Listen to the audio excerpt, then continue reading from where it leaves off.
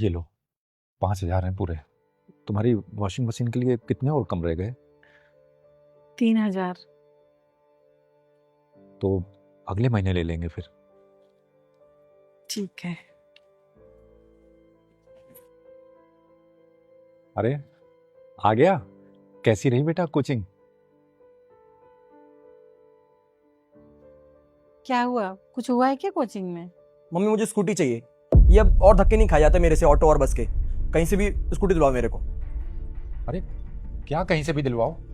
घर की परिस्थितियां पता नहीं है तुम्हें? कितने महीनों से वॉशिंग मशीन के लिए पैसे जोड़ रहे हैं, अब जाके पूरे हुए हैं, वो भी अभी कुछ कम है इसमें, और स्कूटी चाहिए।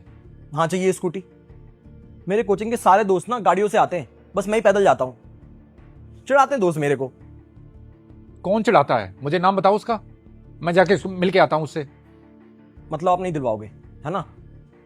बेटा अगर पैसे होते भी तो भी मैं नहीं दिलवाता, लेकिन यहां तो पैसे ही नहीं है, तो तुम्हारी ये बात बिल्कुल नाजायज ही है।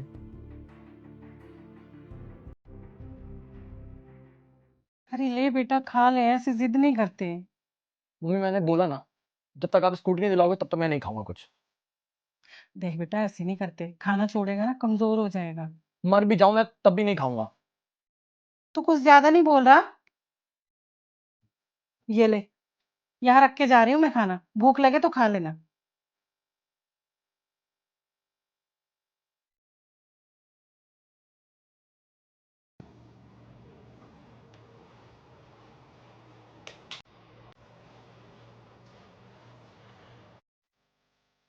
देखो, नहीं खाया इसने खाना, दिला देते हैं ना स्कूटी। तुम्हें तो पता है कि पैसे नहीं हैं, तो कहां से दिला देंगे? वॉशिंग मशीन के पैसे दिए हैं ना आपने, उससे डाउन पेमेंट हो जाएगी और बाकी का लोन करवा देंगे। और फिर वॉशिंग मशीन, जब तक लोन नहीं अदा हो जाएगा तब तक फिर ले नहीं पाएंगे वॉशिंग मशीन। कोई बात नहीं, बाद में ले लेंगे। अरे आप परेशान मत हो, मैं खाना नहीं छोड़ूंगी वॉशिंग मशीन के लिए। पिछले 1 साल से सपना था तुम्हारा वॉशिंग मशीन लेने का, और मुझे ये भी पता है कि कितनी मेहनत से तुम कपड़े धोती हो, और ऊपर से ये डिटर्जेंट की एलर्जी, वो अलग से है। अरे कोई एलर्जी नहीं है। तो डॉक्टर ने झूठ बोला था। डॉक्टर तो कुछ भी बोलते हैं, नई नई बीमारियां बताते हैं। देखो ना, कैसे खाना छोड़ के बैठा है। इकलौता बच्चा है हमारा, मैं अपने बेटे के लिए कुछ भी कर सकती हूँ। ये वॉशिंग मशीन तो क्या, मैं तो जान दे दूँ अपने बच्चे के लिए। ऐसे करना, आप कल जाके ना स्कूटी पसंद करें आना। चलिए सोने देते हैं।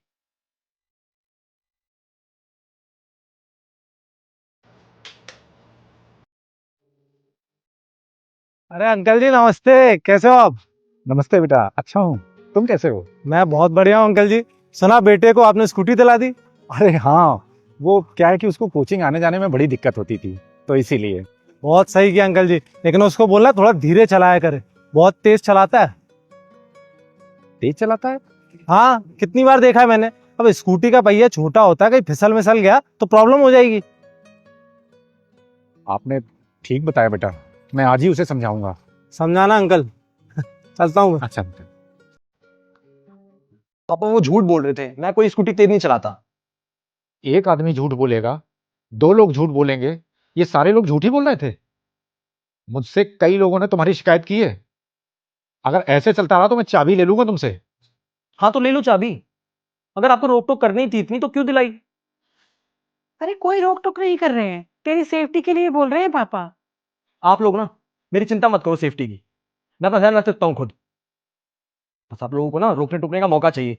स्कूटी क्या दिलाई, एहसान कर दिया मेरे ऊपर।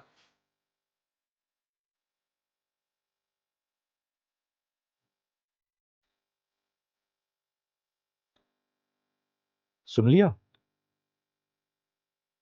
यही सुनने के लिए अपनी जरूरतें मारी थी हम लोगों ने। यार नई स्कूटी ली है, भगा लेना इसको। और तेज।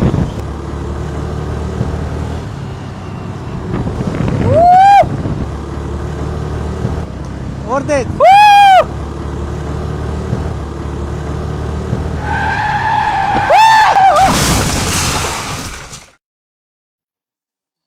सॉरी पापा।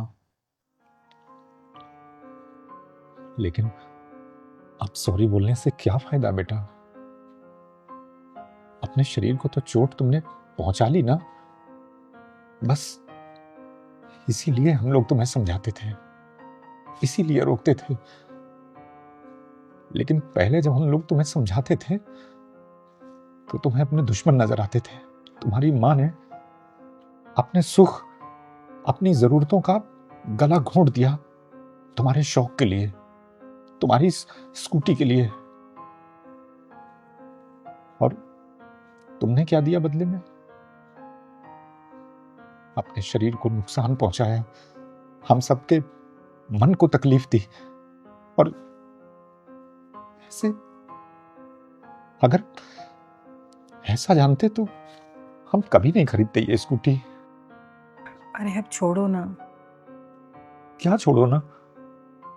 अरे स्कूटी तेज चलाने के पहले इसने एक बार भी ये नहीं सोचा कि हम लोग इसे कितना प्यार करते हैं।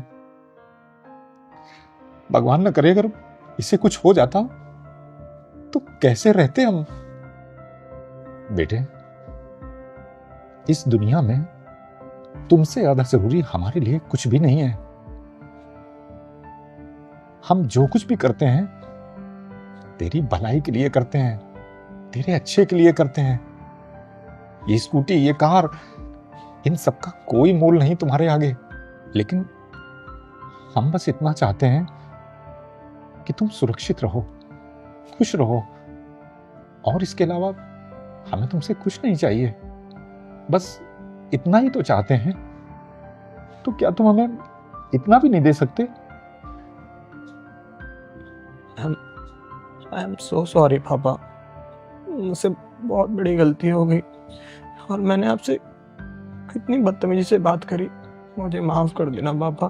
और मैं प्रॉमिस करता हूँ आज के बाद मैं कभी आप लोगों से जिद नहीं करूँगा। आप जो बोलोगे ना मैं वही करूँगा पापा। माफ़ कर देना। कोई बात नहीं, लेकिन आगे से अपना ध्यान रखना।